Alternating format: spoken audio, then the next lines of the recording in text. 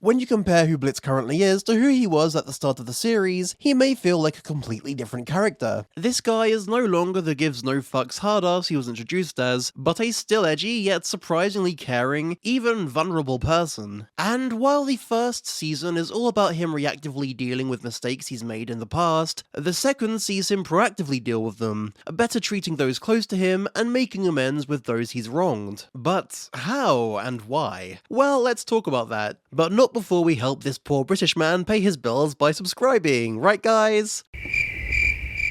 The old Blitz was a massive jerk to pretty much everybody. However, the amount of jerkiness distributed among those around him was certainly not equal. He was pretty neutral to Millie, downright affectionate to Luna, but Moxie suffered an incredible amount of verbal abuse, to the extent where you'd think Blitz hated the guy. In Truth Seekers, we learn that he seriously respects Mox and vows to be a better friend after they escape the dog's facility. So then why the hostility to him of all people? Well, two reasons. For one thing, he says that he's hard on him because he knows how capable he is and wants him to be at his best. But more telling about Blitz himself, it's stated multiple times that he pushes people away. First by his hallucination of Verosika, and later himself directly. Why must you push my friends away? Why does it seem... Knowing Blitz likes and cares about Moxie that much, it makes sense why he'd do the most to push him away. Oh, and the hallucination of Verosika being the one to say this is very interesting. In Spring Broken, we hear about how much he wronged her. In Aussie's, we hear about how he wouldn't reciprocate her love. And I don't think that's Blitz not being interested in her, but in fact being too into her. He didn't want to get attached. Knowing this, we now need to ask, why does one, specifically Blitz, fear getting attached? And in my opinion, Season 2 answers that question and then some.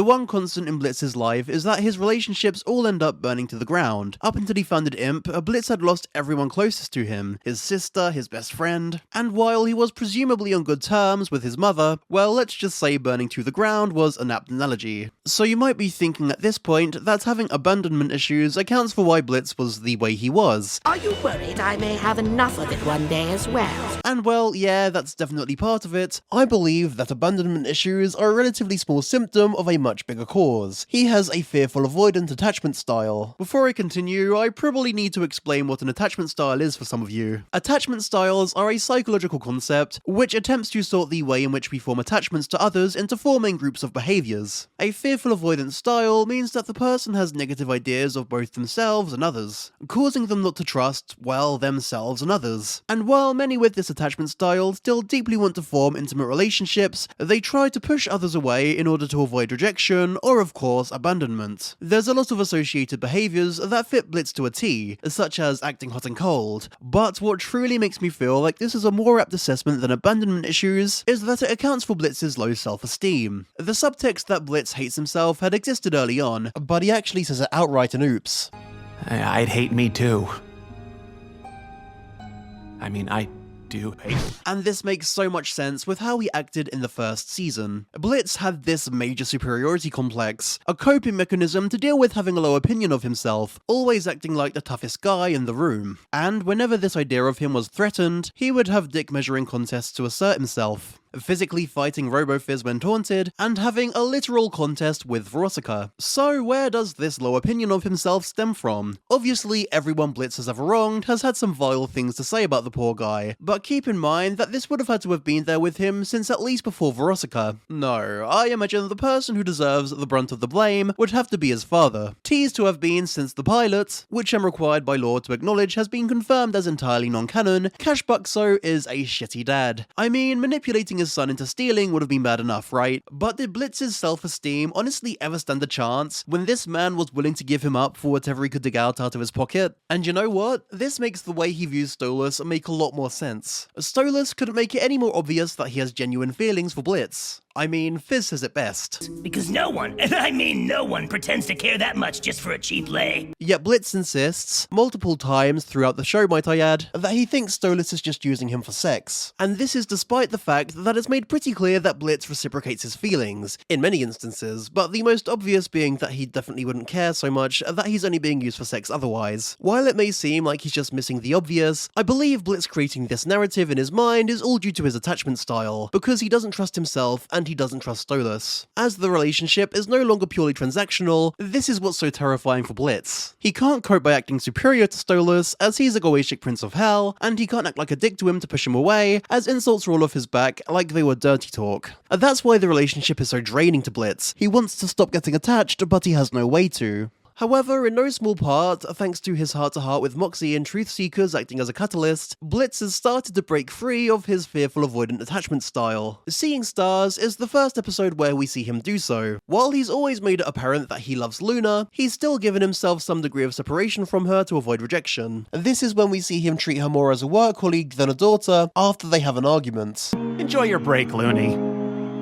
I'm gonna go kill something. In this episode, he threatens to replace her, you know, as if he ever would, but he has to believe he would. Otherwise, that'd mean he loves her, and if he loves her, that means she could abandon him. Thanks to being forced into a situation where he's confronted with the choice to do so, he has an epiphany. He would never ever replace Luna, because the love he feels for his daughter is real, and for once, he was finally able to admit that to himself. And I believe that's exactly why he's able to find the courage to search for his sister and start the relationship anew in the next episode. Because now he's ready to love again. Unfortunately though, Barb isn't. We'll catch up and we'll talk about...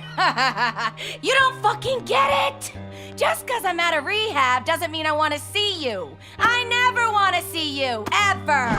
Whatever happened between the two, Barb is furious, and Blitz has every reason not to try. But he's actually reaching out, attempting to make amends with her. And regardless of whether or not it worked, that's so healthy. We've known him to stay mad at people he feels wronged by, even add fuel to the fire. He's opening up to people instead of pushing them away. But the episode Oops is where this change is really on full display. Although he's forced into talking to him, Blitz makes the choice to actually get vulnerable with Fizz, someone he was actively antagonizing up until this point. He cries in front of him, he takes accountability for the way things turned out, he says sorry with real remorse multiple times, he even almost admits that he hates himself. We've never seen Blitz be able to do this with anybody, and the best part is, it actually pays off.